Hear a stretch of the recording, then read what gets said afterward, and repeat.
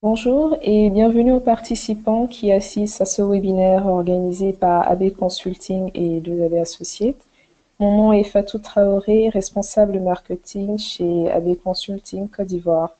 Le thème que nous allons développer aujourd'hui sera consacré aux 10 clés pour décrocher un emploi. Durant la présentation, vous aurez la possibilité de poser des questions via l'interface GoToWebinar dans la zone questions qui se situe à votre droite. Donc, n'hésitez pas à nous les soumettre et nous nous ferons un plaisir de vous répondre en fin de présentation. Pour animer et présenter cette conférence, j'ai le plaisir d'accueillir Monsieur Alain Bonan. Bonjour Monsieur Bonjour Bonan. Fatou. Bonjour. Alors, un petit rappel pour nos auditeurs, vous êtes Head of Delegation en Côte d'Ivoire pour les normes de sécurité et de gouvernance. Vous êtes également directeur général d'AB Consulting Côte d'Ivoire et président et fondateur de 2AB Associates. Je vous laisserai vous présenter plus largement tout à l'heure. Donc, je vous souhaite une bonne présentation et on se retrouve en fin de présentation pour la partie questions-réponses. Merci Fatou. Bonjour à tous les participants. Bien, comme l'a dit Fatou, je m'appelle Alain Bonneau. Outre le fait que je sois effectivement fondateur d'un certain nombre de cabinets conseils en Afrique, en Europe et en Amérique du Nord, j'ai également un passé de direction, haute direction, ce qu'on appelle comité exécutif chez des éditeurs internationaux, mondiaux comme Microsoft, Business Objects et Sage. À l'époque, ça ne s'appelait pas encore Sage, mais c'était avant le changement de nom. Donc, à ce titre, j'ai eu l'occasion, et c'est un petit peu dans ce cadre-là que se situe notre webinaire aujourd'hui, j'ai eu l'occasion de lancer un certain nombre de recrutements. Je dirais que globalement, sur ces années, j'ai dû bien recruter au moins une centaine de personnes, toutes nationalités et toutes cultures confondues, dans divers pays du monde. Et puis, je me suis aperçu en fait que souvent, les gens croient avoir réussi un entretien ou se posent des questions. J'imagine que ça vous est déjà arrivé. Vous pensez avoir trouvé le job de vos rêves. Vous êtes fait pour le poste. Enfin, du moins, vous le croyez. Et vous postulez. Vous êtes même peut-être invité à un entretien. Là, vous pensez que tout s'est bien passé et malheureusement, à la fin, vous n'êtes pas retenu. Et vous ne comprenez pas pourquoi. Et bien évidemment, l'entreprise ne vous dit pas pourquoi. L'objectif de l'entreprise, c'est de recruter des gens, c'est pas de les aider à comprendre pourquoi ils ont échoué. Donc, le webinaire d'aujourd'hui est un petit peu consacré à ce problème que beaucoup de gens rencontrent, et notamment en Afrique, puisqu'aujourd'hui, on a beaucoup d'Africains qui sont inscrits à ce webinaire. C'est une question qui m'est souvent posée. Comment on fait pour réussir à décrocher un emploi? Alors, j'ai essayé de mettre ensemble un certain nombre de trucs et astuces qui fonctionnent, que moi j'utilise, mais pas seulement moi, les cabinets de recrutement également, qui permettent aux gens de comprendre un petit peu comment se passe un entretien de recrutement. Et peut-être que les entretiens auxquels vous pensez avoir parfaitement répondu et pour lesquels vous ne comprenez pas pourquoi vous avez été refusé, peut-être que ça va prendre là, après ce webinaire, toute sa signification et vous comprendrez mieux à l'avenir ce qu'on attend de vous et que vous serez donc mieux préparé, bien sûr, à répondre à ce qu'on attend de vous. Donc l'objectif du webinaire d'aujourd'hui, c'est d'abord comprendre la recherche des entreprises. Les entreprises ont des recherches, c'est-à-dire que pardon, les entreprises ne sont pas là pour donner des emplois. Les entreprises recrutent des personnes pour tenir des rôles et des responsabilités et cherchent à avoir les personnes les mieux adaptées. dans le cadre de l'entreprise. Donc, on va revenir un petit peu sur la recherche d'entreprise et comment ça marche. On va parler un peu du processus de recrutement, comment s'effectue le processus de recrutement. Et puis enfin, on terminera avec les 10 points clés pour décrocher un emploi. Alors, les entreprises, la recherche des entreprises, les organisations, tant publiques que privées, font face à de nombreux challenges. Elle doit faire face à des exigences de conformité sans cesse plus nombreuses, les lois, les réglementations sectorielles, la réglementation internationale, BAL 3, GDPR, CEPA, loi du travail, HIPAA en Amérique du Nord pour la santé, tout en améliorant leur compétitivité, en faisant une différenciation claire sur leur marché pour rester en vie, parce que tout simplement aujourd'hui on est dans un monde global et qu'une entreprise doit en permanence être la meilleure, sinon elle se fait manger par ses concurrents. Elles doivent maintenir des informations de grande qualité pour la prise de leurs décisions stratégiques. Et donc, on est dans ce qu'on appelle aujourd'hui un monde digital, c'est-à-dire que les entreprises s'appuient de plus en plus sur l'information et bien sûr sur l'informatique. Mais ceci dit, dans l'entreprise, l'informatique n'est qu'un outil et il faut bien conserver cela en tête. L'informatique n'est qu'un outil et la valeur qui est créée au sein des entreprises est essentiellement créée par leurs ressources humaines et bien sûr avec l'aide des outils, c'est ce que j'appelle les ressources non humaines. L'objectif de l'entreprise, qu'elle soit publique ou privée, c'est d'atteindre l'excellence opérationnelle. Il faut arrêter de penser que la fonction publique est là pour créer des emplois. La fonction publique est là pour satisfaire les besoins des citoyens. Sinon, on n'a pas besoin de fonctionnaires. C'est-à-dire que l'objectif de toute organisation, qu'elle soit publique ou privée, c'est de satisfaire les besoins de ses parties prenantes. Donc, pour une organisation publique, s'il s'agit de la fonction publique ou d'une organisation publique, c'est satisfaire les besoins des citoyens. Et si c'est une organisation privée, une entreprise privée, c'est satisfaire les besoins de ses actionnaires d'abord, et puis aussi de ses clients, puisque ce sont les clients qui généreront, en achetant les produits, qui généreront des bénéfices pour les actionnaires, et puis bien sûr, satisfaire aussi les besoins de ses salariés qui vont avoir des attentes en matière de niveau de salaire, de conditions de travail, etc.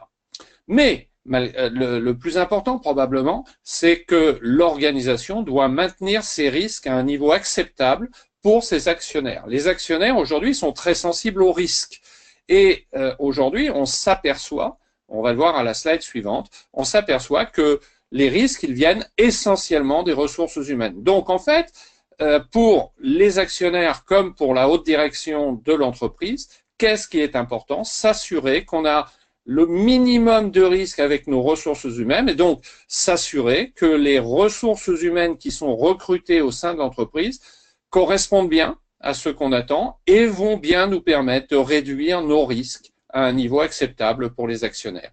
Et puis tout cela, il faut le faire en optimisant les coûts des ressources et de leurs services, c'est-à-dire que bien évidemment l'objectif c'est de créer du bénéfice, donc il faut s'assurer que tout cela ne coûte pas trop cher.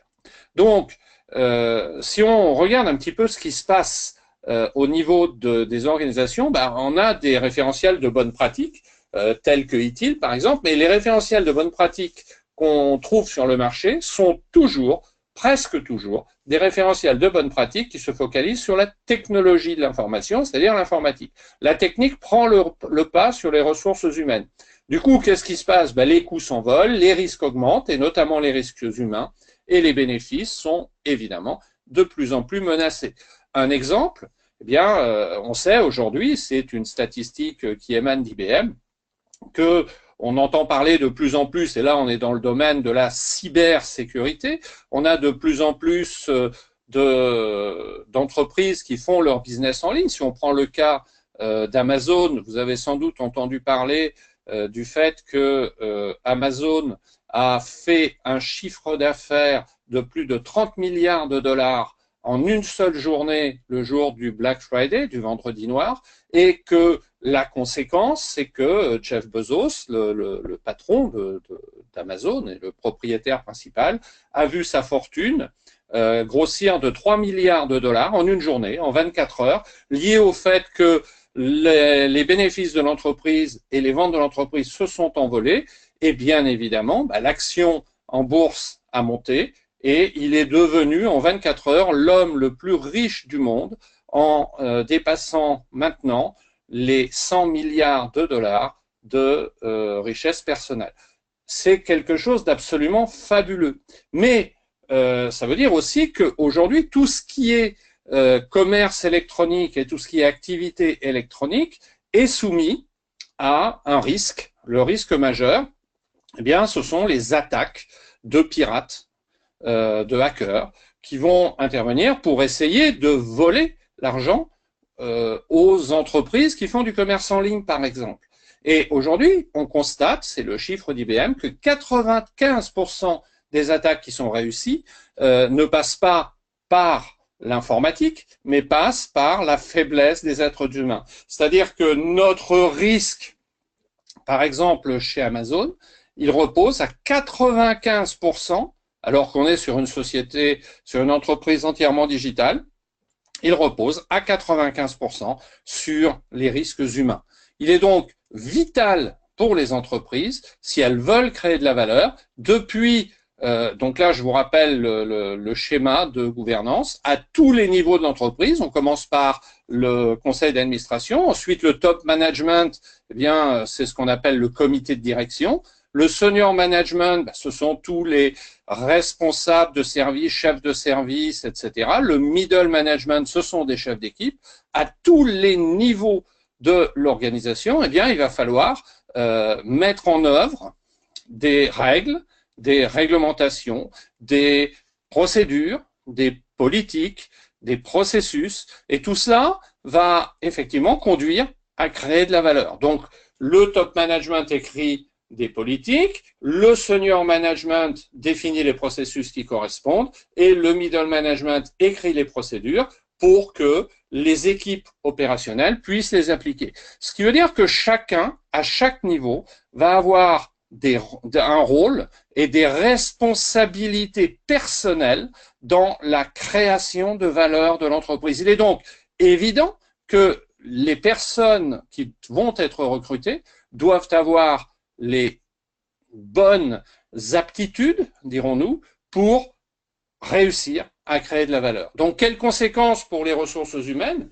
Bien, il faut donc qu'à chaque niveau de l'entreprise, les ressources humaines aient la connaissance des domaines techniques des différents services ou départements, c'est-à-dire le savoir, qu'elles connaissent, qu'elles sachent, qu'elles connaissent les aspects techniques de ce que fait l'entreprise à chaque niveau. Par exemple, les gens qui sont au département informatique, on va attendre d'eux qu'ils aient des connaissances techniques. Un administrateur informatique de système Unix, eh bien, je vais attendre qu'il ait des connaissances dans le domaine Unix. Un commercial, je vais attendre qu'il ait des connaissances dans le domaine commercial. Un consultant, je vais attendre qu'il ait des connaissances à la fois techniques et commerciales, puisqu'il va devoir interagir avec des clients. À chaque niveau de l'organisation, il faudra bien sûr que les personnes recrutées aient des connaissances, et les connaissances, on va voir comment on les identifie. À chaque niveau de l'organisation correspondent aussi des compétences. C'est quoi la différence entre connaissances et compétences? Les connaissances, c'est le savoir. Le savoir, en général, on va le vérifier ou on va l'identifier grâce à des diplômes ou des certifications.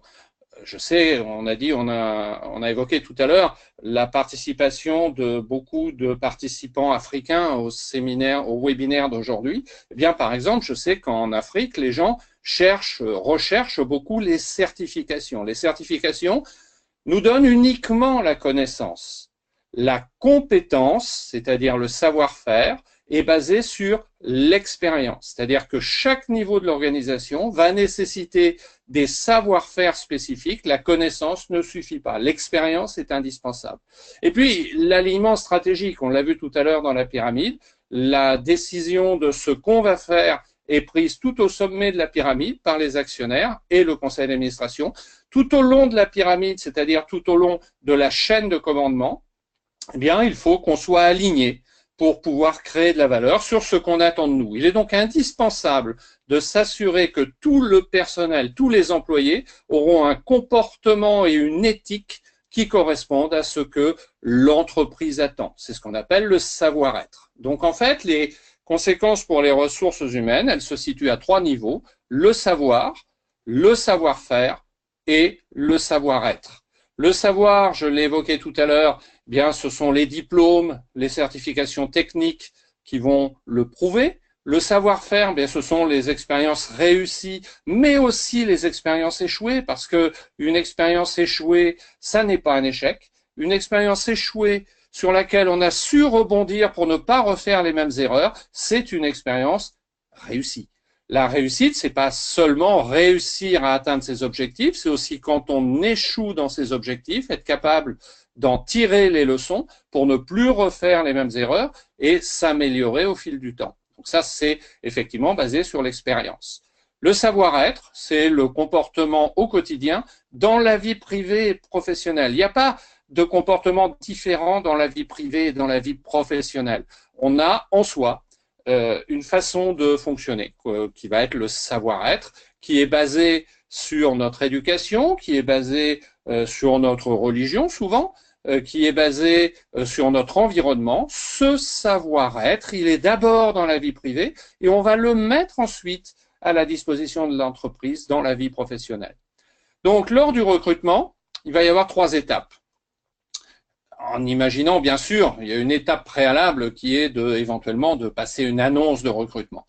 Mais le processus de sélection et d'identification, puis de recrutement des candidats, il est basé sur 3 étapes. Tout d'abord, des preuves. C'est pas le tout de dire j'ai des diplômes. C'est pas le tout de dire j'ai des certifications techniques. Il faut me fournir les copies des documents. Une liste de certifications ne suffit pas à prouver que vous êtes bien titulaire de ces certifications. Mais le fait de me fournir des copies ne suffit pas non plus. Ces copies peuvent être fausses. Donc la deuxième étape, ce sera la vérification auprès d'un échantillon de personnes des informations fournies. Donc vérification d'authenticité des documents. Par exemple, si vous me dites je suis certifié, je sais pas moi, ITIL Foundation ou Prince2 Practitioner, bien il faut me donner le numéro de votre certificat et je vais interroger Axelos avec le numéro de certificat pour savoir si vous êtes effectivement certifié et si vous êtes toujours certifié. Parce que par exemple, pour Prince2 Practitioner, donc praticien en gestion de projet, la durée de la certification est de 3 ans. Si votre certification est échue et que votre certificat n'est plus valable, eh bien, je considérerais que la copie que vous m'avez donnée est donc erronée.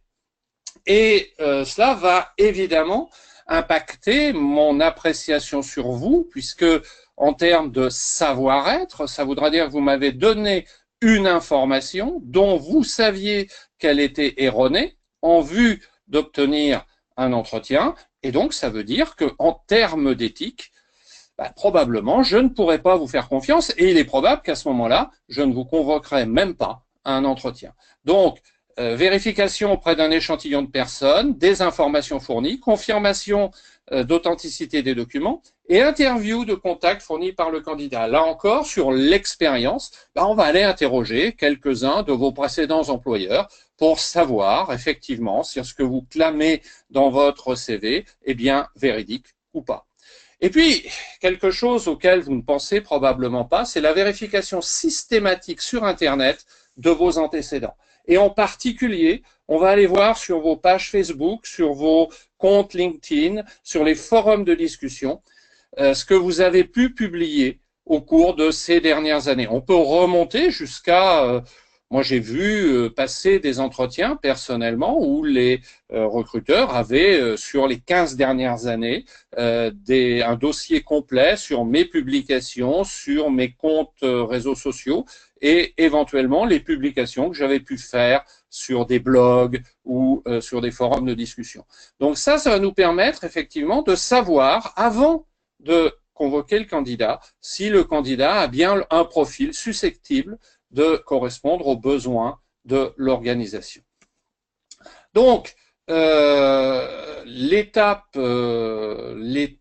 suivante, eh bien, c'est comment satisfaire au processus de recrutement? Ben, satisfaire au processus de recrutement l'ensemble des points mentionnés dans l'annonce de recrutement, dans le cas où il y a une annonce, l'ensemble des points mentionnés dans l'annonce doivent être satisfaits. Il est clair que s'il y a des points qui ne sont pas satisfaits, votre candidature n'ira pas plus loin que l'étude de votre CV, de votre lettre de motivation. Les vérifications effectuées pendant la phase de sélection doivent être positives. On a dit tout à l'heure, on va effectuer des vérifications sur la véracité des éléments que vous avez communiqués. Les 3 éléments clés pour vérifier tout cela et pour s'assurer que vous êtes bien le bon candidat ou la bonne candidate, eh bien, ce sera d'abord votre CV. Donc, on va évidemment parler de la qualité de votre CV. Et puis, ce sera ensuite la lettre de motivation qu'il ne faut surtout pas négliger. La lettre de motivation est un élément essentiel. On va en reparler. Et puis, enfin, l'entretien d'embauche. Généralement, vous aurez à passer au moins 2 entretiens, mais ça peut aller jusqu'à 8 sur des postes de manager. Personnellement, j'ai passé 8 entretiens, par exemple, avant de travailler pour Microsoft. Ça n'a absolument rien d'anormal. L'idée, c'est vraiment de s'assurer que quand un candidat est recruté, on a bien choisi le bon candidat qui va nous permettre de réduire nos risques en matière de ressources humaines. Alors, l'étape évidemment suivante maintenant, c'est le cœur de ce webinaire. Eh bien, ce sont les 10 clés pour réussir le parcours que nous venons d'évoquer et décrocher un emploi. Comme vous l'avez compris, on va aller faire une vérification sur vos profils sociaux. Tous les recruteurs évaluent les candidats au travers de leur profil social à la sélection, c'est-à-dire avant même de les rencontrer. Attention donc au contenu de vos profils sociaux. Qu'est-ce qui est sur votre journal, sur Facebook par exemple? Quelles photos partagez-vous sur Instagram? Votre profil LinkedIn? La participation au forum de discussion. Récemment, sur LinkedIn, je suis intervenu sur un forum de discussion où le monsieur se plaignait qu'il avait parfaitement réussi son entretien d'embauche et à la fin, il a été obligé de relancer le recruteur, on verra que ça c'est une procédure normale, qui lui a annoncé que finalement il n'était pas retenu. Et il lâchait toute son amertume sur le forum en disant bah, c'est probablement parce que j'étais trop compétent, j'étais plus compétent que le jeune manager qui allait me diriger, il a eu peur pour sa place, etc. Et il ne se rendait pas compte qu'il était en train carrément de se griller. Parce que n'importe quel recruteur aujourd'hui va aller sur les réseaux sociaux, va retrouver cet échange et bien évidemment, derrière, cette personne ne sera pas convoquée aux entretiens puisque elle déverse toute son aigreur sur le fait qu'elle n'a pas été recrutée, que c'est un problème de manager, etc. Elle ne se remet pas en cause. Donc, par définition, c'est quelqu'un que je ne voudrais jamais dans une équipe en tant que recruteur. Donc, attention à ces éléments. Attention aux informations accessibles en ligne par les moteurs de recherche. Bien sûr, il y a les réseaux sociaux, mais il y a toutes les autres informations. Si vous recherchez le nom du candidat au travers de Google, eh bien, vous allez vous apercevoir qu'il apparaît dans moult sujets, souvent des sujets qui n'ont rien à voir. Par exemple, on va s'apercevoir que ce monsieur apparaît parce qu'il a donné une conférence au nom d'un syndicat. Mais donc, il appartient à un syndicat. S'il s'agit d'un syndicat de salariés avec une certaine orientation, on va dire une certaine couleur politique, eh bien, en tant que recruteur, je vais bien évidemment prendre en compte cette appartenance et le contenu de son intervention que je vais pouvoir me procurer au travers de Google. Donc, ça veut dire qu'aujourd'hui, toute votre vie est à peu près accessible sur les réseaux sociaux. Si vous avez été condamné, par exemple, vous avez été condamné, je ne sais pas moi, pour violence conjugale. Mais ce sera sur les réseaux sociaux. Je le trouverai par Google en tant que recruteur. Est-ce que je vais recruter quelqu'un qui a eu ce type de condamnation? Ça veut dire qu'a priori, c'est quelqu'un qui ne maîtrise pas ses émotions. Je ne veux surtout pas prendre le risque d'avoir une personne aussi instable à l'intérieur de mon organisation. Donc, le profil social, c'est quelque chose qui se travaille et qui se travaille sur le long terme. Et quand je dis le long terme, c'est plusieurs années, voire plusieurs dizaines d'années. Alors, quelques cas relativement simples. Le profil sur LinkedIn. Quand on est un professionnel, il est d'usage qu'on ait un profil sur LinkedIn. Attention à ce profil sur LinkedIn. Votre photo est très révélatrice. Par exemple, savez-vous que n'importe quel recruteur va regarder la photo et si la photo de votre visage prend moins de 60% de l'espace de la photo, ça traduit quelque chose sur votre comportement ou sur votre façon de penser. Ça veut dire que vous essayez de vous cacher. Si la photo remplit plus de 75%, mais là, ça prouve que vous cherchez à vous mettre en avant et ça prouve de votre part un certain orgueil, une certaine fierté qui sera sûrement incompatible avec le poste sur lequel vous postulez. Votre résumé de carrière sur LinkedIn doit contenir évidemment les mots-clés qui correspondent à l'annonce pour laquelle vous postulez.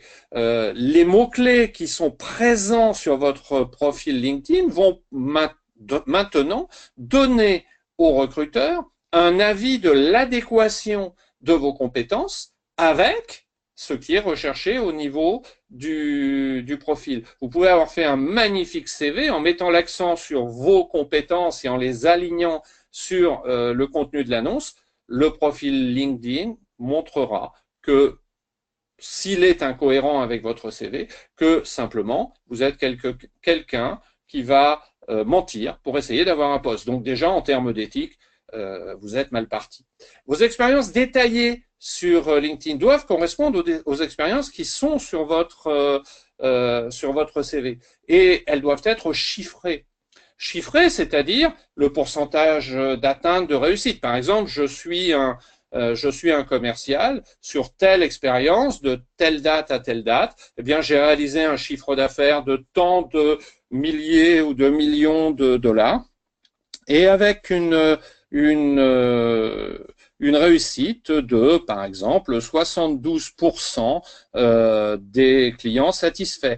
Ces informations sont très importantes puisqu'elles vont nous permettre également de pouvoir quantifier la qualité de votre expérience. Et puis, bien sûr, les certifications qui figurent sur votre profil LinkedIn doivent être des vraies certifications avec des numéros de certificats des organismes émetteurs. Les gens qui me mentionnent je suis certifié PMP, ben, ça ne me suffit pas. Sur le profil LinkedIn, ça veut dire que probablement, si la personne n'a pas mis la référence du certificat du PMI, c'est que probablement, elle n'est pas certifiée ou qu'elle ne remplit pas les conditions exigées par le PMI, c'est-à-dire le paiement annuel de l'adhésion, plus les années d'expérience, etc. Donc, si je n'ai pas sur le profil LinkedIn les informations complètes relatives à vos certificats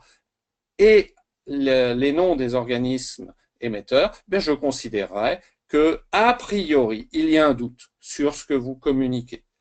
Au niveau de Facebook, en Afrique, on utilise beaucoup les pages Facebook. Attention à vos pages Facebook. Attention aux photos que vous communiquez. Des photos récurrentes où on vous voit en soirée avec un verre à la main sont plutôt des photos qui vont nuire à votre candidature parce qu'on va se dire que cette personne est décidément un petit peu trop orientée vers les aspects festifs et pas assez vers le travail. Les actualités, le contenu du journal. Mais attention, quand vous faites des publications sur votre journal, la première chose que va regarder un recruteur, c'est qu'est-ce que vous publiez. Attention à ce que vous renvoyez comme image. Et puis surtout, regardez les horaires. Si vous publiez régulièrement sur des heures de travail, ça veut dire que pendant les heures de travail, vous utilisez Facebook pour faire vos publications. Là encore, je ne pense pas que ça va faciliter votre convocation à un entretien. Et puis, bien évidemment, et ça je le dis pour nos amis africains, pas de messages religieux. Si sur votre profil Facebook et sur votre journal Facebook, vous publiez des versets du Coran ou des extraits de la Bible ou des citations religieuses à tout va, et bien évidemment, au niveau de l'entreprise qui par définition est laïque, vous aurez un gros handicap et probablement vous ne serez même pas convoqué à un entretien. Attention à vos photos sur Instagram, la même chose, hein, on va aller vérifier systématiquement vos photos publiées sur Instagram. Et puis, attention à votre compte Twitter. Est-ce que vous avez un compte Twitter? Là encore, à quelle fréquence et à quels horaires tweetez-vous? Et que contiennent vos tweets? Les tweets sont très intéressants parce que sur 140 caractères, ça vient de doubler récemment, mais sur 140 caractères, ça permet de voir votre aptitude à écrire des tweets, à écrire des messages compréhensibles, sans faute d'orthographe, ça c'est très important, et également, ça vous oblige à synthétiser votre pensée. C'est pas toujours très facile, et là encore, ça va me permettre de me faire une idée assez précise de la personnalité de mon candidat. Donc, le profil social est très important. Deuxième point clé, la compétence. Une compétence, ça se construit. La compétence est basée sur les connaissances, bien sûr, et sur l'expérience. C'est-à-dire que quelqu'un, et ça je le vois souvent en Afrique, quelqu'un qui vient me voir en me disant « j'ai tel diplôme ». C'est super, mais tu n'as que des connaissances. Maintenant, quelle est l'expérience? L'autre jour, j'ai quelqu'un qui me disait « j'ai pas d'expérience puisqu'on m'a jamais donné ma chance ». Mais la chance, on vous la donne pas, c'est à vous de la prendre.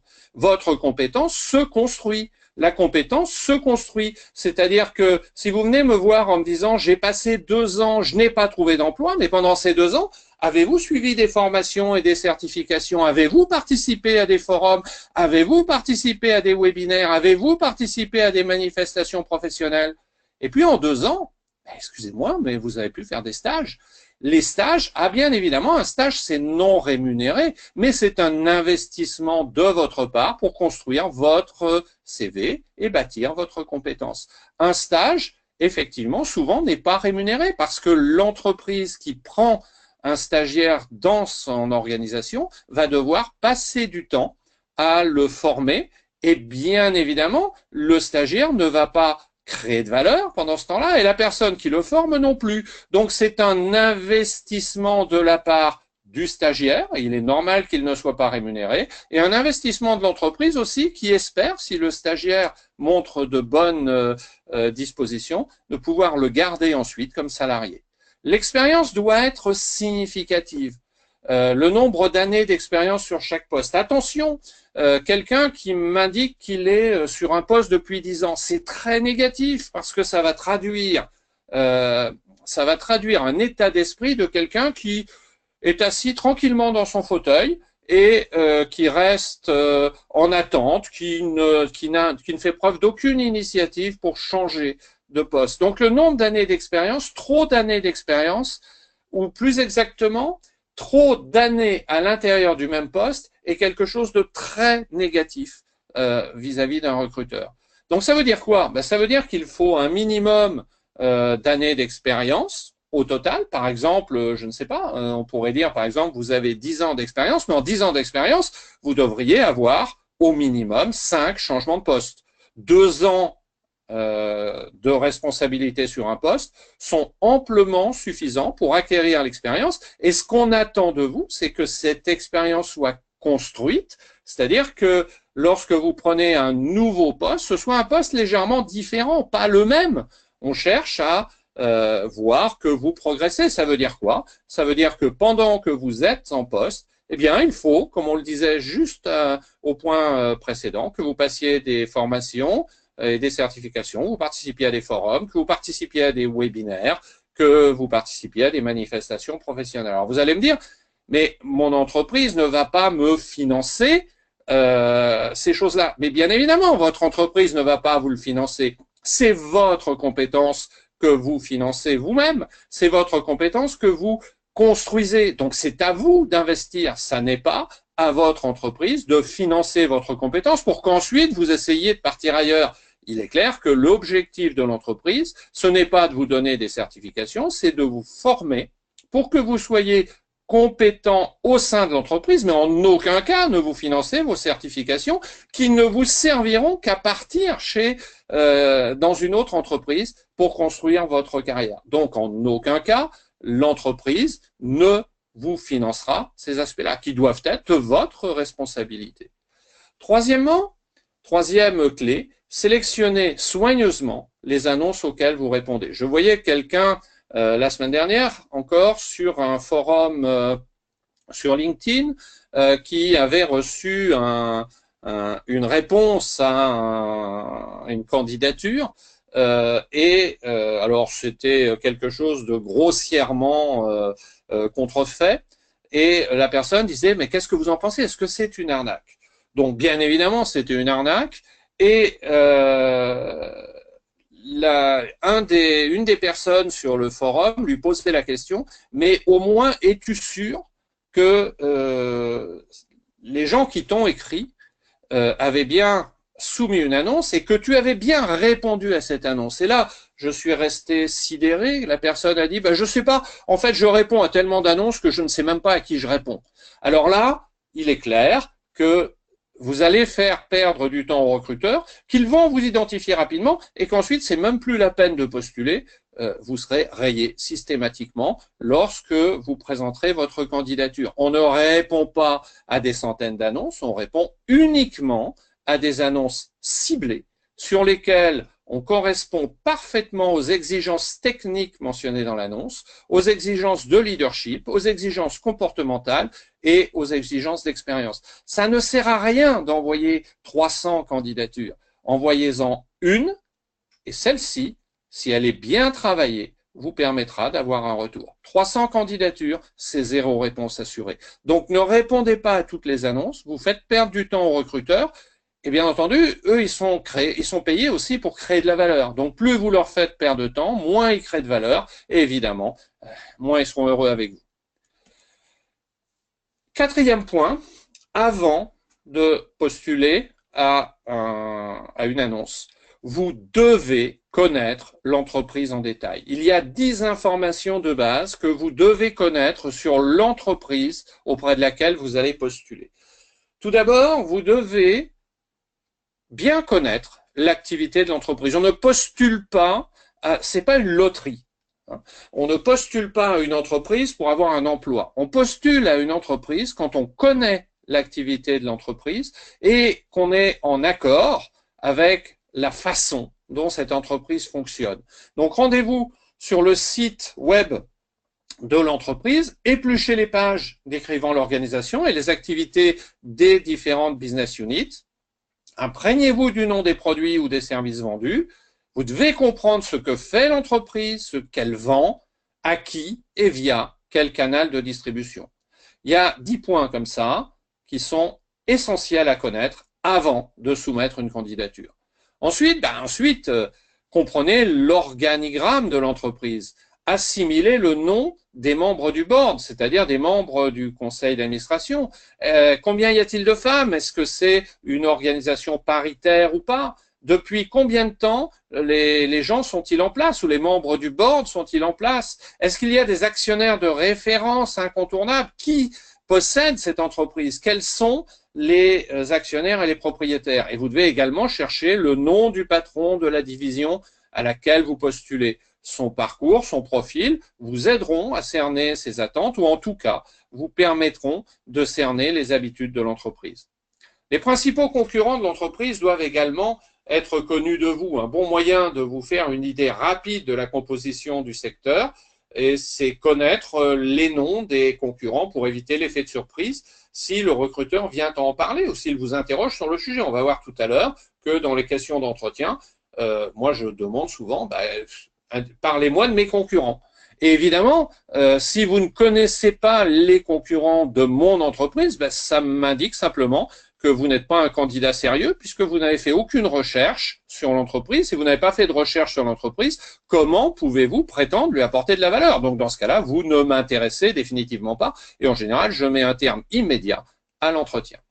Les chiffres clés, bien sûr, vous devez connaître le chiffre d'affaires, le résultat, l'effectif, l'éventuel cours de bourse et les principaux ratios relatifs au job sur lequel vous postulez. Ces données vous permettent d'apprécier la santé financière de l'entreprise. Est-ce qu'elle est en croissance? Est-ce qu'elle est en décroissance? A-t-elle souffert durant la crise? Comment réagit-elle? Bien sûr, vous ne voulez pas postuler dans une entreprise qui est en perte de vitesse et vous souhaitez, vous aussi, avoir une idée très claire de l'entreprise dans laquelle vous allez postuler. Ça montrera votre maturité vis-à-vis du marché. L'actu de la boîte, la signature d'un contrat important, là encore, vous allez le trouver soit sur Internet, soit grâce à Google Actu, vous allez apprendre que votre entreprise a signé, enfin que l'entreprise à laquelle vous postulez a signé un contrat important récemment, qu'elle a déposé un brevet, qu'elle vient d'ouvrir une filiale, qu'elle a lancé une nouvelle gamme de produits. Vous verrez ses résultats trimestriels. Bien évidemment, ça fait partie des questions qu'on va éventuellement vous poser pendant l'entretien pour vérifier que vous avez fait votre travail préalable. Les dernières nominations, les changements au poste clé donnent des indications sur les profils sélectionnés par l'entreprise. Est-ce qu'il s'agit plutôt de promotion interne, de recrutement externe? Est-ce que ce sont plutôt des hommes de terrain ou des hommes de l'ombre? Ça vous permettra là aussi de savoir où vous mettez les pieds. Les distinctions récentes, par exemple, le recruteur que vous rencontrez, est-ce qu'il vient d'être élu DRH de l'année ou distingué pour ses actions en faveur de la diversité? Ça, c'est un bon point. Idem pour le DAF, le directeur marketing. Ça vous en dira très long sur le dynamisme de la société et ça vous permettra peut-être de relancer le dialogue lors de l'entretien et de poser les bonnes questions. Le parcours du recruteur qui vous reçoit, moi je n'imagine même pas que quelqu'un puisse venir me rencontrer sans être allé consulter mon profil professionnel sur LinkedIn. Bien sûr, c'est très important que vous connaissiez la personne, que vous connaissiez ce qu'elle a réalisé, que vous sachiez quel est son parcours avant d'aller la rencontrer. Est-ce que vous avez fréquenté des entreprises ou des écoles en commun? Ça peut être un bon point d'ancrage quand vous rencontrez un recruteur. Le dress code, connaître les us et coutumes vestimentaires en vigueur vous permettra d'éviter la faute de goût vestimentaire le jour de l'entretien. Ne venez pas en costume si vous savez que tout le monde dans l'entreprise, y compris le directeur général, est en jean. Pour le savoir, allez visionner les vidéos en ligne sur le site de l'entreprise, consultez les pages Facebook et les autres, Pinterest, YouTube, avec l'objectif de trouver des photos ou des vidéos de collaborateurs en poste. Et si vous n'y arrivez pas, simplement interrogez vos connaissances en interne sur le fameux dress code. Par exemple, quand on travaille pour une entreprise américaine, en général, on n'y va pas en costume, même quand on est directeur général. Moi, j'ai été à un comité de direction dans une entreprise qui s'appelait Business Objects de la nouvelle technologie. Quelqu'un qui serait venu en costume se serait fait immédiatement remarquer. Le dress code, c'était le jean. Par contre, en Afrique, si vous venez en jean pour un poste de direction, vous allez également probablement vous faire remarquer. Donc, allez chercher les éléments qui vous éviteront la faute le jour de l'entretien. Et puis, la stratégie digitale de l'entreprise, vérifier sur quel réseau social l'entreprise anime des pages. Aujourd'hui, on est dans un monde numérique, dans un monde digital. Votre entreprise a-t-elle des pages? Et ces pages, est-ce que c'est des pages sur Facebook? Est-ce qu'elle a un compte Tumblr? Est-ce qu'elle a posté des photos sur Pinterest? Est-ce qu'elle a un compte Twitter? Toutes ces informations vous permettront de glaner des infos sur l'humeur de l'entreprise, mais aussi ce sera l'occasion rêvée de liker les initiatives de la boîte et d'en devenir fan, sans en faire trop quand même. En tout cas, durant l'entretien, vous pourrez toujours glisser que vous avez vu que la page Facebook de l'entreprise contenait des informations sur une politique dédiée à la génération X, Y ou Z, ou que vous aviez lu que l'entreprise avait publié une charte de développement durable au travers de tel ou tel réseau social. Ça, c'est très, très important, à la fois pour connaître votre entreprise, pour connaître son dynamisme. Est-ce qu'on est sur de la vieille économie ou est-ce qu'on est sur la nouvelle économie? Et puis, bien entendu, ça vous permettra de relancer des questions au niveau de l'entretien. Ensuite, le CV. Eh bien, il faut que votre CV corresponde aux besoins. Votre CV doit retracer votre parcours de façon précise, mais sans excès. J'allais dire, la longueur normale d'un CV, c'est une page, voire 2 pages. Alors, vous allez me dire, quand on a 20 ans d'expérience, eh bien oui, il faut se débrouiller pour faire tenir cela sur 2 pages maximum. Au-delà de 2 pages, le recruteur a autre chose à faire et votre CV ne sera même pas lu. Donc, que doit mentionner votre CV? Votre nom, votre prénom, bien sûr, votre contact, une photo récente, c'est très important, votre formation, vos expériences, on l'a vu tout à l'heure, hein, on veut connaître vos expériences, donc à chaque fois l'entreprise ou l'organisation, les dates, les rôles et responsabilités techniques et ou managériales et les résultats obtenus, comme je l'avais indiqué sur votre profil LinkedIn sous forme de données chiffrées. Attention aux trous dans le CV.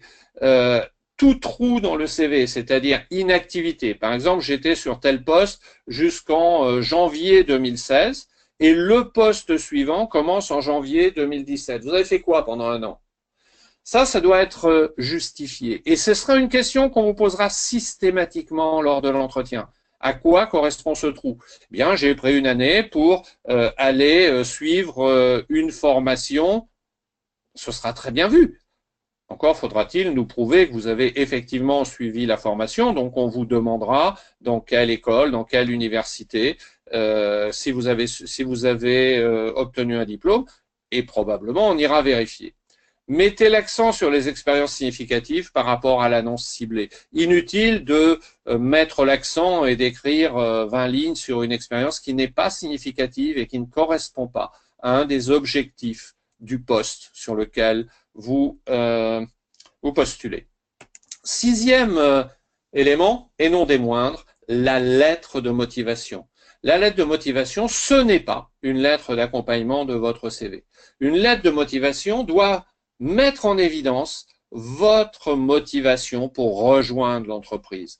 Quelles sont les raisons pour lesquelles vous avez sélectionné cette entreprise? Et encore une fois, on n'est pas dans le cas de gens qui répondent à 300 annonces. Pourquoi sur cette annonce particulière avez-vous répondu et êtes-vous réellement motivé pour intégrer cette organisation? Si vous n'avez pas de motivation, soyez sûr que l'entreprise n'en aura pas non plus pour vous recruter. Qu'est-ce que vous pouvez apporter comme valeur à l'entreprise? Quels sont vos points forts qui permettront à l'entreprise de créer de la valeur? Quels sont vos points forts? Mais pour tout cela, il faut que vous ayez la connaissance des détails de l'entreprise, qui était le 4e point clé. Si vous n'avez pas la connaissance des détails de l'entreprise, bien évidemment, vous probablement vous donnerez des informations qui sont non pertinentes. Et là encore, votre CV ne sera pas conservé. Donc, c'est la lettre de motivation qui sera l'élément clé sur lequel le recruteur décidera si vous devez être convoqué à un entretien. Le CV ne traduit que la compétence. La compétence est finalement quelque chose de moins important. Des gens compétents sur le marché, il y en a plein. Des gens qui ont la bonne culture, la bonne éthique, le bon comportement, et ça, c'est votre lettre de motivation qu'il mettra en évidence, il y en a beaucoup moins. Et il est plus facile d'avoir quelqu'un de motivé, qui a la bonne culture, le bon comportement, mais pas les bonnes compétences. Dans ce cas-là, on est toujours en mesure de lui faire suivre des formations, que quelqu'un qui a la bonne compétence, mais pas du tout le bon comportement, celui-ci est rayé à vie, d'avance, dans l'entreprise. Donc ça, c'est très, très important. Ensuite, préparez soigneusement votre entretien. L'entretien a pour objet de vérifier que vous êtes vraiment le candidat idéal pour le poste. Normalement, à ce stade, vos connaissances et vos compétences ont été validées en amont sur la base du CV. L'objet de l'entretien est d'éclaircir tous les points qui seraient encore en suspens. On souhaite notamment valider à cette étape les éléments relatifs à votre motivation. Êtes-vous réellement motivé?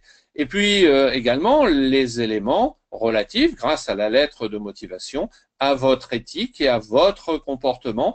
Et là, on va venir le vérifier grâce à l'entretien. Donc, l'entretien, déjà pour arriver à l'entretien, j'allais dire, ce que je peux, de par mon expérience, quand vous mettez une annonce, quand vous publiez une annonce, vous avez entre 300 et 500 réponses. Des gens qui passeront l'entretien, il y en aura 4 ou 5 maximum. On n'a pas la vie à passer à recevoir des candidats.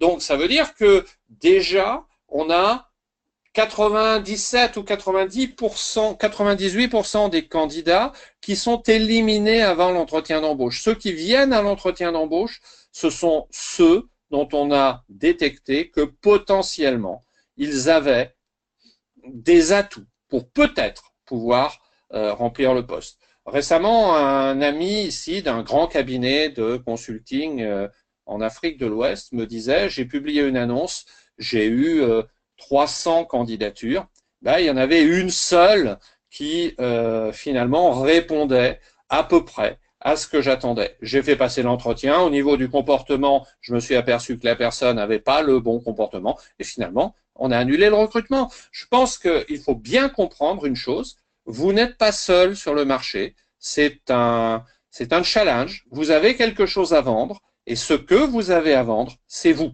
Donc, il faut vous mettre en situation de faire en sorte que votre candidature soit la meilleure, la plus belle, la plus attrayante possible. Sinon, il n'y aura pas d'entretien. Donc, l'entretien, j'allais dire, c'est déjà presque le Saint Graal.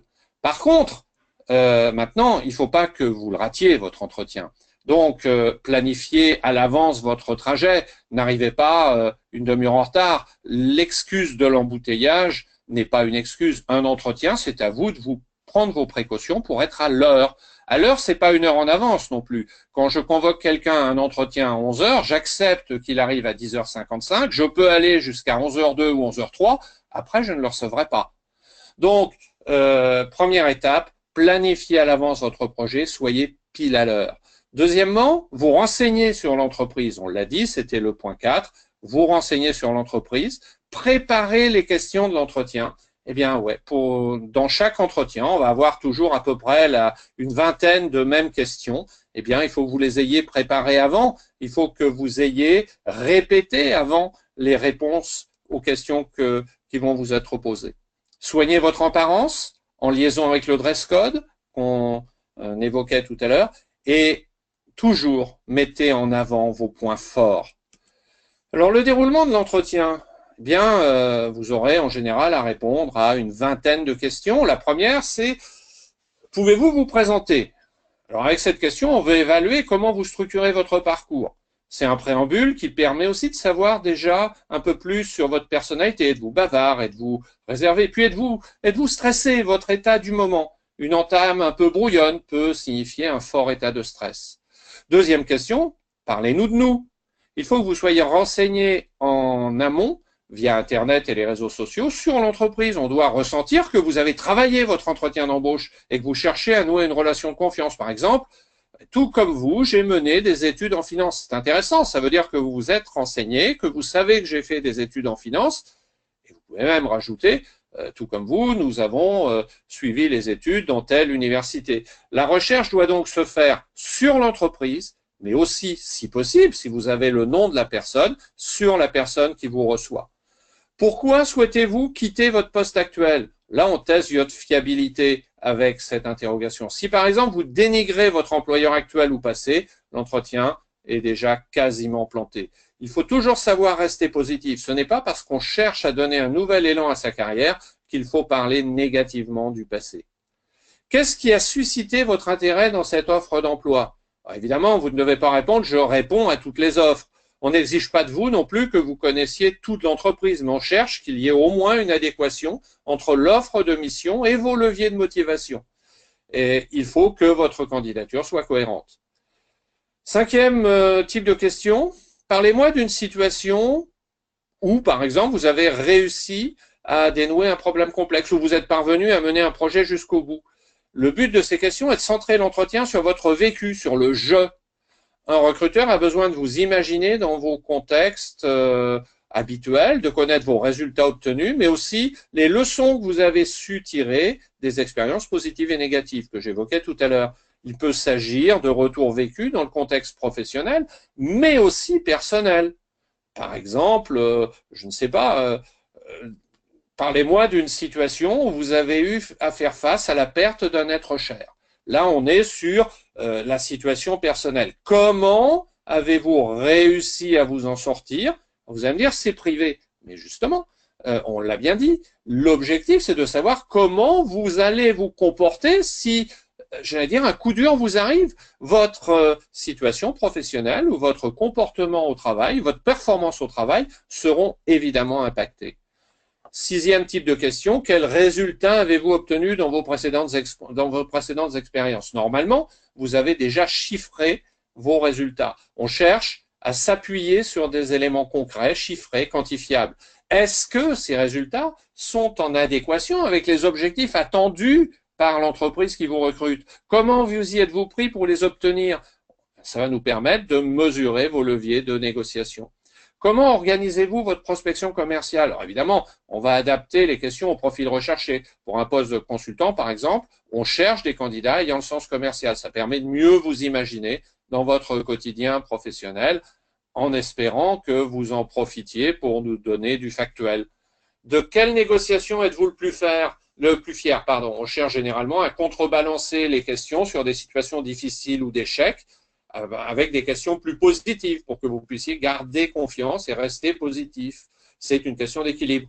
Quelle est la critique la plus constructive qu'on a été amené à vous faire? Donc ça permet de mesurer votre prise de recul. On peut ainsi voir votre capacité à vous auto-évaluer et ça nous permet aussi d'évaluer votre maturité par rapport aux situations.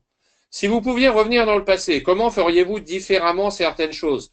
C'est une réplique plutôt difficile, mais elle permet de briser la carapace. Comme souvent, il n'y a pas de bonne ou de mauvaise réponse. On cherche seulement à voir si vous êtes capable de tirer des leçons. Qu'aimeriez-vous faire une fois en poste? Là, on cherche à mesurer votre capacité à avoir réfléchi à votre projet. Une candidature, ce n'est pas juste un document qu'on envoie. Vous devez vous projeter dans le futur poste, savoir ce que vous allez réellement faire, comment vous allez vous y prendre. Donc, c'est une question qui permettra aux recruteurs d'évaluer votre capacité de projection. Comment comptez-vous entrer en interaction avec votre nouvel environnement de travail? Alors, c'est peut-être une question à laquelle vous ne vous attendez pas, mais particulièrement si vous êtes manager, c'est une question très pertinente. On teste votre esprit collaboratif, votre capacité à vous adapter à un nouvel environnement, à de nouveaux collègues. Est-ce que vous saurez effectivement vous intégrer? Ensuite, qu'attendez-vous de votre manager? Encore une question qui paraît simple, mais qui ne l'est pas. On évalue ici votre compatibilité avec un écosystème que vous êtes susceptible d'intégrer. Vous ne connaissez pas encore l'entreprise. Si le recruteur sait à l'avance que votre futur manager est quelqu'un qui aime déléguer, il va essayer de chercher à savoir si le candidat apprécie de travailler en autonomie ou pas. Quels sont vos axes d'amélioration? Donc ça, c'est une déclinaison de la question sur vos qualités et vos défauts. On évalue votre aptitude à prendre du recul sur vous-même, votre lucidité, en essayant de détecter des états d'esprit constructifs, de l'honnêteté, de la transparence surtout. Quels sont vos moteurs professionnels? Moi, on m'a posé à l'époque chez Microsoft, qu'est-ce qui vous fait lever le matin? Toutes les réponses sont recevables, à condition qu'elles soient construites. C'est peut-être la rémunération, c'est peut-être des objectifs précis à atteindre, c'est peut-être un goût du challenge, un environnement de travail épanouissant. La réponse permettra aussi de donner des informations précieuses aux managers pour qu'ils puissent mieux cerner votre personnalité. Moi, j'avais donné une mauvaise réponse à l'époque. J'avais dit parce que c'est le leader mondial. C'est évidemment, c'est pas ça qui vous fait lever le matin. Donc là, on s'aperçoit que votre candidature, elle n'est pas trop motivée, ou du moins, elle n'a pas les bonnes motivations. Où vous voyez-vous dans 5 ans?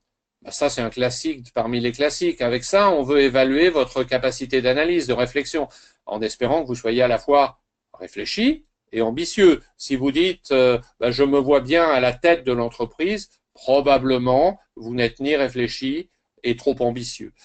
Quelles sont vos prétentions salariales? Ah, ça c'est une question extrêmement importante qui permet de tester votre niveau de préparation et de réflexion. La réponse, je prendrai ce que vous me donnerez, n'est pas une bonne réponse. Vous devez être en mesure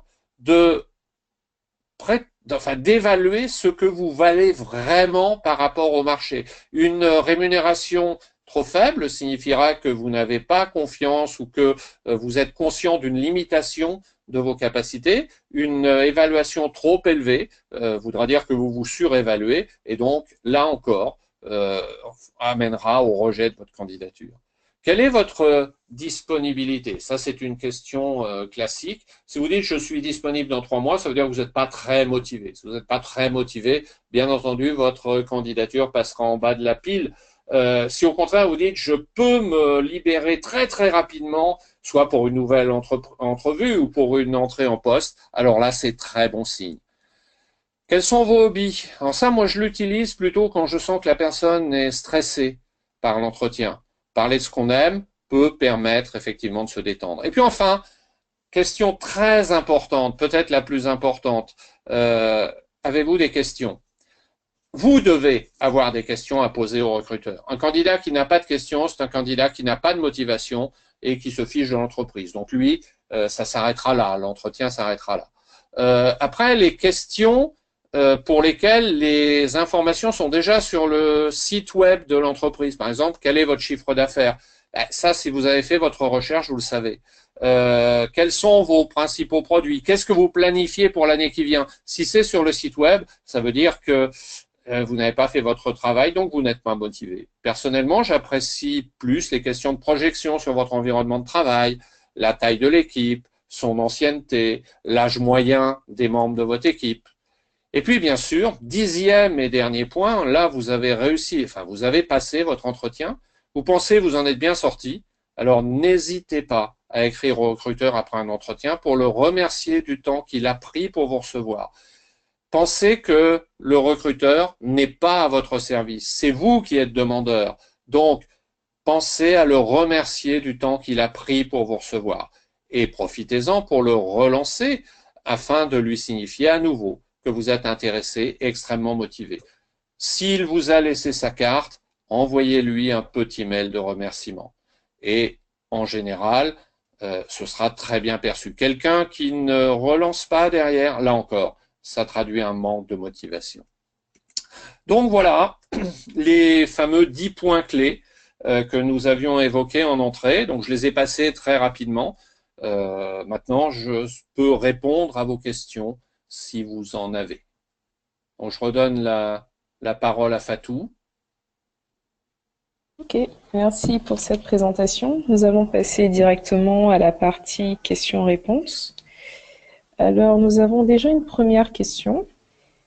Comment faire lors d'un entretien si le recruteur pose des questions gênantes ou est désagréable avec moi? Dites-vous toujours que, effectivement, l'objectif du recruteur, c'est de vous mettre dans une situation donnée pour voir comment vous allez réagir. Ce qu'on teste, c'est votre comportement lors de l'entretien. Donc, s'il vous met dans une situation gênante, c'est justement pour vous déstabiliser et voir comment vous allez vous comporter. Si vous devez avoir une interaction avec des clients, vous allez peut-être vous retrouver dans des situations gênantes. Vous allez peut-être vous trouver confronté à des clients extrêmement désagréables. Donc, peut-être le recruteur va également se comporter de façon désagréable pour voir comment vous allez pouvoir vous comporter dans ce type de situation, parce que ce sera une situation que vous rencontrerez dans votre quotidien professionnel. Et c'est très très important, avant de vous mettre en contact avec la clientèle, de savoir comment vous allez réagir face à vos clients. D'accord. Nous avons une seconde question. Comment faire si on veut faire une candidature spontanée? Alors, candidature spontanée, effectivement, on n'est pas dans le cas d'une annonce. Donc, on ne vous donne pas d'éléments au niveau du contenu de la mission. Donc là, j'allais dire, c'est encore plus important d'avoir fait votre travail préalable pour bien comprendre tous les détails de l'entreprise. Et peut-être une candidature spontanée, eh bien, il faut que vous ayez déjà noué grâce aux réseaux sociaux, que vous ayez noué des relations avec des gens qui sont en interne dans l'entreprise et que vous sachiez, attention, on ne va jamais au travers d'un réseau social poser des questions directes, ce serait très très mal perçu. Mais peut-être vous avez établi des relations amicales avec des personnes de l'entreprise et dans le cours d'un échange, vous pouvez leur poser la question non pas est-ce que l'entreprise recrute, mais quelles sont les priorités de l'entreprise, etc. Et si vous pensez que vous pouvez apporter quelque chose à l'entreprise, à ce moment-là, n'hésitez pas à faire une candidature spontanée. Et là encore, utilisez la discussion avec vos correspondants dans l'entreprise ou vos connaissances dans l'entreprise pour identifier à qui vous devez envoyer votre candidature. J'allais dire, le processus est le même, sauf que, bien évidemment, la candidature étant spontanée, vous n'avez pas les indices qui vous sont donnés dans l'annonce avant d'envoyer votre candidature. Donc, j'allais dire, le travail en amont doit être encore beaucoup plus approfondi. Très bien. Nous avons une dernière question. On vient de parler de la lettre de motivation. Dans certains cas, le recruteur demande un essai sur un sujet donné. En quoi consiste cet essai et comment est-il jugé du point de vue du recruteur? Ah, le fameux essai. Alors ça, on le fait souvent en Afrique. À mon sens, c'est une aberration. Mais bon, ça, en fait, si on vous demande un essai, c'est un essai technique. L'idée de cet essai, c'est de vérifier que vous avez bien les compétences techniques correspondant à ce que vous avez, à ce qui est attendu et à ce que vous avez mentionné dans votre CV. Le problème, c'est que si le recruteur vous demande un essai, c'est souvent parce qu'il n'a pas autre chose à vous demander.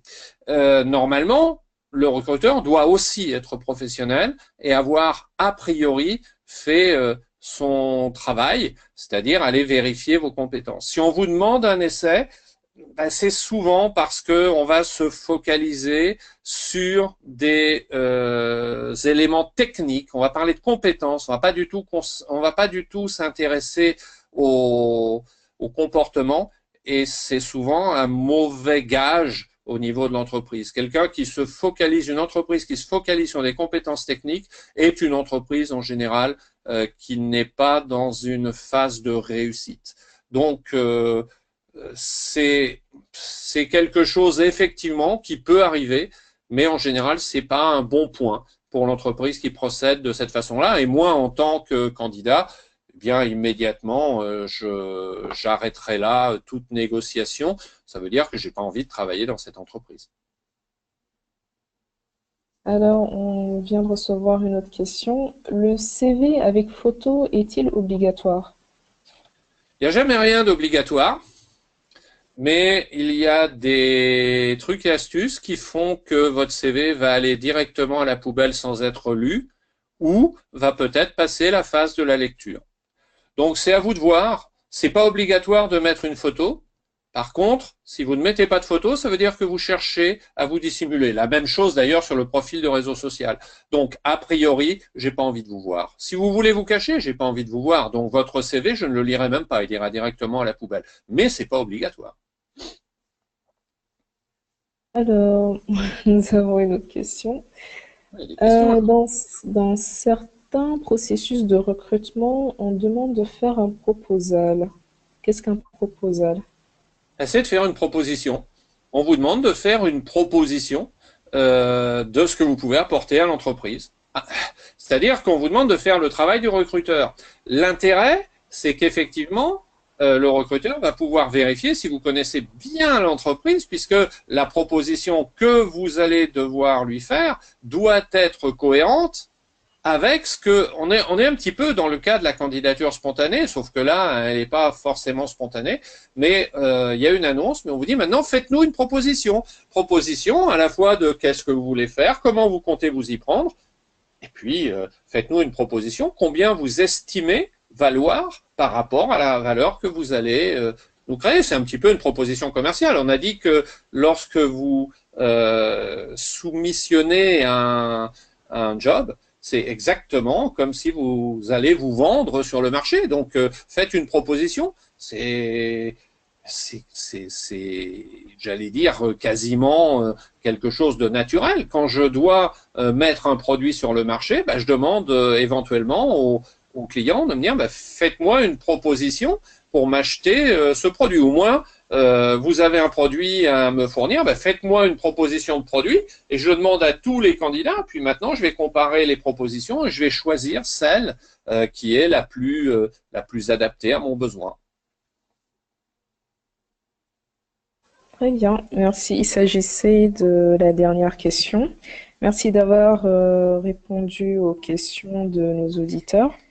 Pour ceux qui auraient envie de poser d'autres questions plus tard, je vous invite à nous les soumettre à tout moment via notre adresse mail.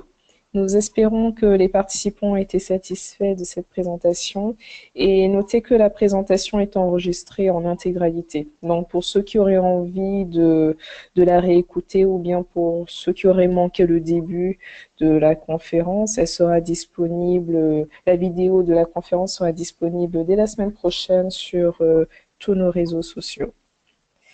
Donc voilà, si vous avez autre chose à rajouter, Monsieur Boulon. Non, pour moi, c'est bon. Je remercie tous les participants et puis je vous donne rendez-vous après les fêtes. Donc, je vous souhaite de bonnes fêtes de fin d'année et puis on se retrouve en janvier pour un prochain webinaire. Très bien, merci à vous aussi. Merci aux personnes qui nous ont suivis et on se donne rendez-vous pour le prochain webinaire. Merci, au revoir. Au revoir.